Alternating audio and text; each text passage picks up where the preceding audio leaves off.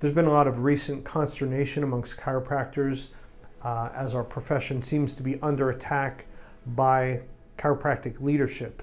And in some corners, they're undermining chiropractors' ability to actually work with children. And these are so-called leaders that really have risen up through the ranks, not because they're necessarily good clinicians or high-quality chiropractors.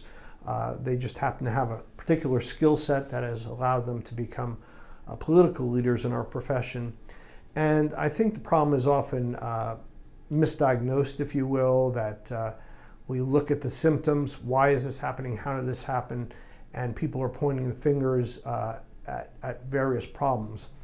While some of those issues are really true, I see the problem from a different perspective.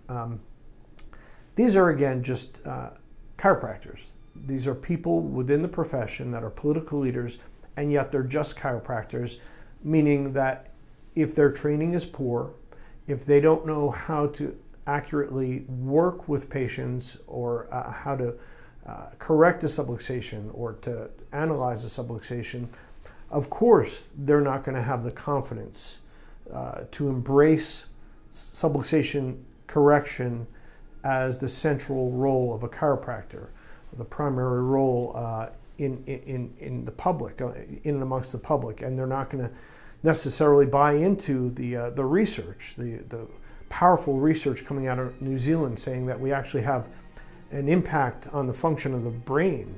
The central nervous system is affected. Perhaps they've not worked in a clinical setting where they've seen dramatic changes under chiropractic care. Maybe they have worked in an office and not seen those changes because their skills are lacking. This should not surprise anybody. It's something I've been saying for many years now. We've got the science, the art, and philosophy of chiropractic. The art is the technique, but all of that intersects in our ability to actually locate a subluxation, analyze a subluxation, know where to apply our force, what direction to apply our force, maybe more importantly, when to not make an adjustment or when an adjustment has taken place, and be able to experience those changes. Spinal analysis, spinal examination and analysis is the key to this whole problem.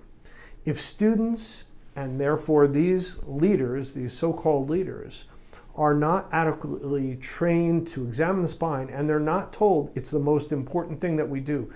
The most important thing we do is not the adjustment. The most important thing we do is find the subluxation and know when it's corrected.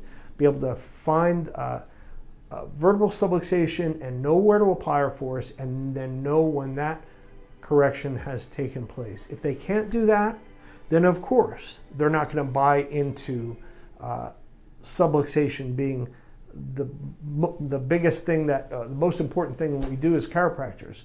I see this all the time in the seminars where chiropractors that may have been in the field for a very long time, maybe as long as I have, who have no personal confidence because they don't have personal experience with correcting subluxations.